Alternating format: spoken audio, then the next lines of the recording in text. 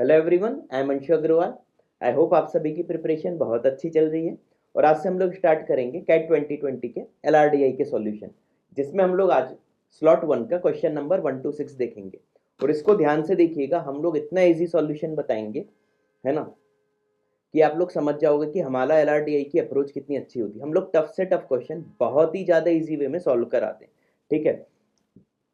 और जितने भी स्टूडेंट्स नए नए मेरे चैनल से ऐड हुए उनको मैं बता देता हूँ कि हमारे चैनल को भी आप ही लोग ब्रांड बनाओ, और हमारे चैनल में आपको कैट, जेड, आईएफटी, सी मैट, आईपी मैट और एसआरसीसी के प्रीवियस ईयर सॉल्यूशंस मिल जाएंगे, है ना, जिसमें हमने हर क्वेश्चन का बहुत ईजी तरीके से सॉल्यूशन बताया है। और अगर आपको वीडियोस ढूंढने में प्रॉब्लम्स जा रही हैं तो हमारा एक टेलीग्राम चैनल है कैट आईपी मैट, आप इस चैनल को ज्वाइन करो। इसमें आपको एक पीडीएफ मिलेगी जिसमें पूरे के पूरे वीडियोस की लिंक दी हुई है, नाम दिया हुआ और ड्यूरेशन दिया हुआ। तो आपको अलग अलग भटकने की जरूरत नहीं, सीधे पीडीएफ डाउनलोड कर लो, लिंक पे क्लिक करोगे वीडियो ओपन हो जाएगा, ठीक है। और ये जब तक मैं बात कर रहा हूँ आप ये स्क्रीनशॉट लो क्वेश्चन का, ठीक है। पहले खुद से सॉल्व करो, उसके बाद ही आप हमारा सॉल्यूशन देखना, ताकि आप लोग समझ जाओ कि हम लोग कितना ईजी सॉल्यूशन प्रोवाइड करते हैं, ठीक है। और हाँ, चैनल को अगर अभी तक सब्सक्राइब नहीं किया है तो जल्दी से जल्दी सब्सक्राइब जरूर करो। और हमारा कोर्स परचेस करना है तो डिस्क्रिप्शन पे लिंक दी हुई है ना। आप इंडिविजुअल कोर्स भी परचेस कर सकते हो, अगर आपको मैथ्स का अलग से परचेस करना हो मैथ्स का अलग कर सकते हो, एलआरडीआई का अलग से कर सकते हो, कंप्लीट करना हो तो कंप्लीट भी कर सकते हो, ठीक है। और विश्वास करो मेरा, आपकी बहुत ज़्यादा अच्छे परसेंटाइल आएंगे अगर आपने हमारा एक एक वीडियो बहुत अच्छे से देख लिया, क्योंकि हम लोग हर क्वेश्चन को सॉल्व करने की बहुत ईजी तरीके से बताते हैं, ठीक। अब इस क्वेश्चन को सॉल्व करते हैं। In a certain board examination, students were to appear for the examination in 5 subjects. 5 subjects कौन कौन से? English, Hindi, Maths, Science and Social Science. Due to a certain emergency situation, a few of the examinations could not be conducted for some students. Hence, some students missed one examination and some students missed two examinations. Nobody missed more than two. दो से ज़्यादा किसी के miss नहीं हुए. The board adopted the following policy for awarding marks to students. If a student appeared in all 5 examinations, then the marks awarded in each of the examination were on the basis of the score obtained by them in those examinations. इन्हें पांचों में appear हुए तो कोई दिक्कत ही नहीं है, जितने जितने मार्क्स हैं उतने दे दिए जाएंगे। लेकिन if a student missed only one examination, then the marks awarded in that examination was the average of the best three among the four. इन्हें चार जो दिए होंगे उसमें बेस्ट थ्री का एवरेज ले लेंगे, ठीक है। अगला, if a student missed two examination, then the marks awarded in each of these examination were the average of the best two among the three scores, ठीक है। बेस्ट थ्री और best to याद रखना, इसे ना शॉर्ट पॉइंट्स याद रखने चाहिए। The marks obtained by 6 students in the examination are given in the table below. ये टेबल में दिया हुआ है। Each of them missed either one or two exam. सबने एक या दो तो मिस किए ही। अब इसके बाद हमें कुछ पॉइंट्स दिए हुए हैं। First point, 4 of the students appear in each English. English में 4 लोग, हिंदी में 4, साइंस एंड सोशल साइंस ऐसा 4 4 लिख लिया, ठीक है। अब देखो एक चीज ध्यान देना, जिन लोगों के 2 एग्जाम मिस हुए थे, बचे हुए 2 एग्जाम यानी जो 2 एग्जाम मिस हुए थे उनमें मार्क्स इक्वल होंगे। तो आप हर इसमें देखते हो 2 इक्वल मार्क्स कौन कौन से हैं, जैसे ए के 75 और 75 है ना, तो हो सकता है इसके 2 मिस हुआ हो, है ना। इसके 85 दो में हो सकता है इसका मिस हुआ हो, है ना। इसके 90 90 हो सकता है इसका हुआ हो, इसके भी 90 90 है, इसका भी हो सकता है हुआ, इसका तो एक ही मिस हुआ होगा ई का, और एफ का 83 80, इसके भी हो सकता है 2 है, ठीक है। ऐसे छोटा छोटा सोच लेना चाहिए, ठीक। अब आगे, the student who miss the maths examination did not miss any other examination. तो मैथ्स जिसका भी मिस हुआ है उसका और कोई दूसरा मिस नहीं हुआ है, ये पॉइंट याद रखना, ठीक है। तो देखते हैं मैथ्स में, अच्छा एक ही मिस हुआ है मतलब ये 3 टॉप 3 का एवरेज होगा। तो देखो 70 अगर एक ही बात करें, है ना, A B C D E F से हम लोग डिनोट करेंगे, तो 70 देखो टॉप 3 का एवरेज 70 हो ही नहीं सकता। 80 75 75 टॉप 3 है, एवरेज 75 से ज़्यादा ही आएगा, मतलब ए का तो मैथ्स मिस नहीं हुआ होगा। बी की बात करें 55 तो देखो एकदम लो स्कोर है, एवरेज में आएगा ही नहीं। सी की बात करें 100 90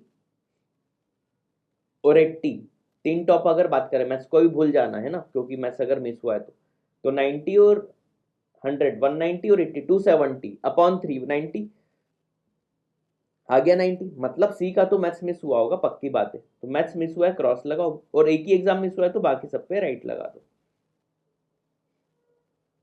अभी डी ई एफ भी चेक करेंगे क्योंकि ये ना कॉन्फ्लिक्ट ना हो जाए। अब देखो डी के मैथ्स मिस हुआ, ये क्या किसी का एवरेज होगा। ई के सिमिलरली 95 है, ये भी टॉप का है तो ये भी मिस नहीं हो सकता।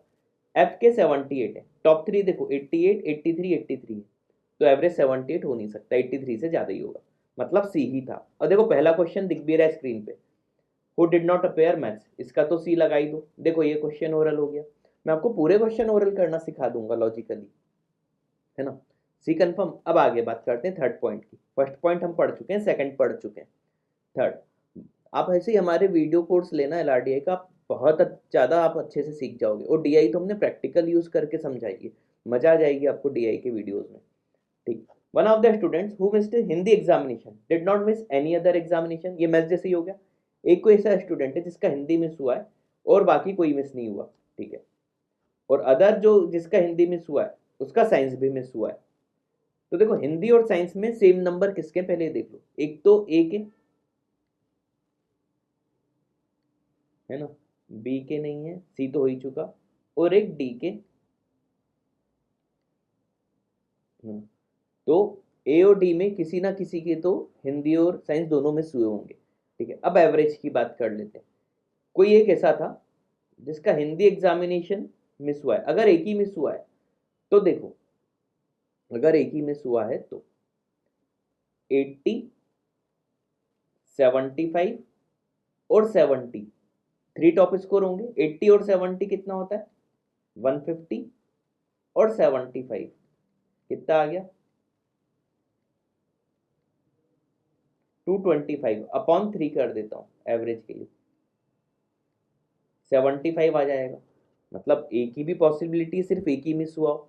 अब डी का चेक करते हैं, 100, 90 और 80, इसका एवरेज भी 90 आएगा, है ना, क्योंकि 100, 90, 80 कितना होता है, 270 अपॉन 3 करूंगा 90 आ जाएगा।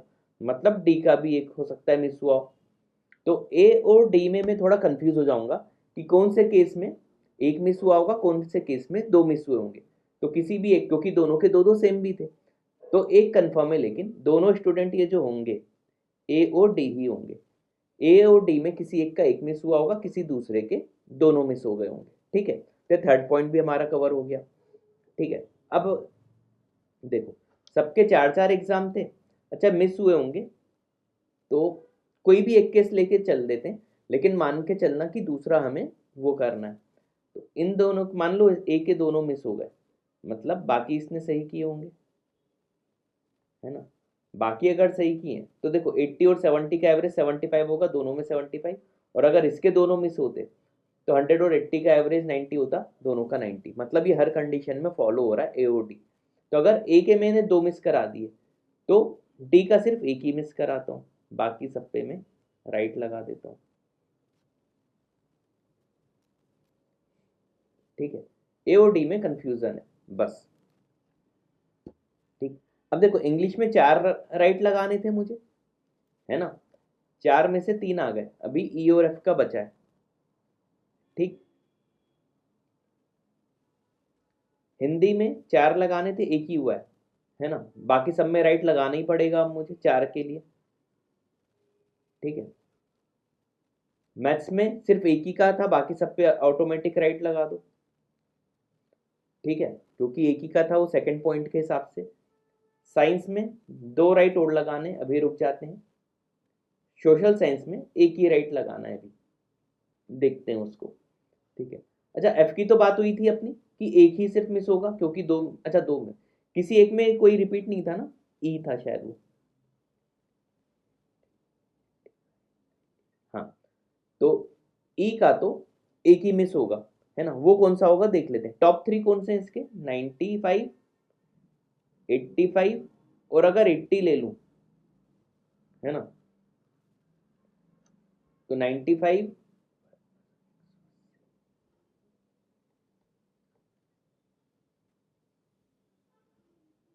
देखो 80 तो मिस होने, क्योंकि इनका एवरेज देखूंगा 60 और 55 तो आएंगे नहीं। तो टॉप थ्री 60 ले लेता हूँ, 240/3 80 आ जाएगा, मतलब इसका ये 80 वाला मिस हुआ होगा, ठीक है, बाकी सब इसने दिए होंगे।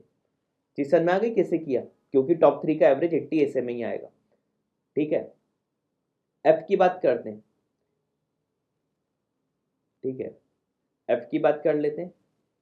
एफ के अगर दो मिस हुए हैं तो देखो 78 और 88 का एवरेज 83 आएगा, है ना। लेकिन अगर एक ही मिस हुआ होता तो 88, 78 और 83 इनका एवरेज लेके देख लो, है ना। 78, 88, 83,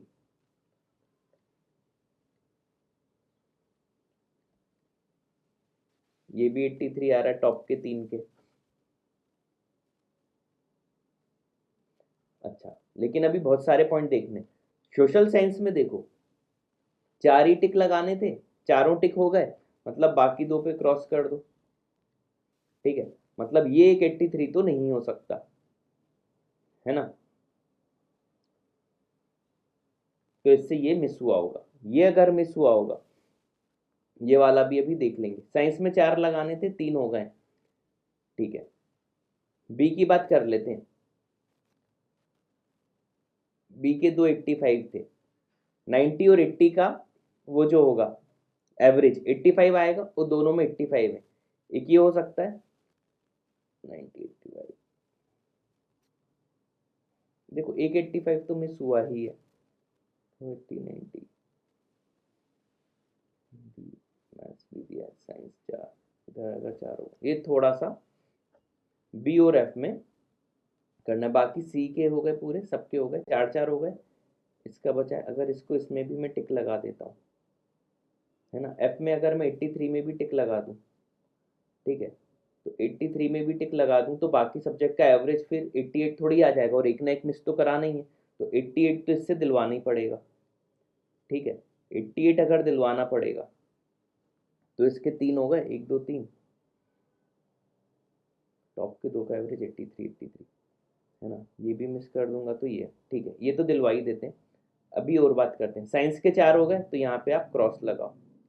अगर यहाँ पे क्रॉस लग रहा है मतलब ये 2 मिस हुए, 2 से ज़्यादा मिस नहीं हो सकते, तो यहाँ पे आपको राइट लगाना पड़ेगा, क्योंकि 2 से ज़्यादा मिस में करवा नहीं सकता किसी भी एक स्टूडेंट के।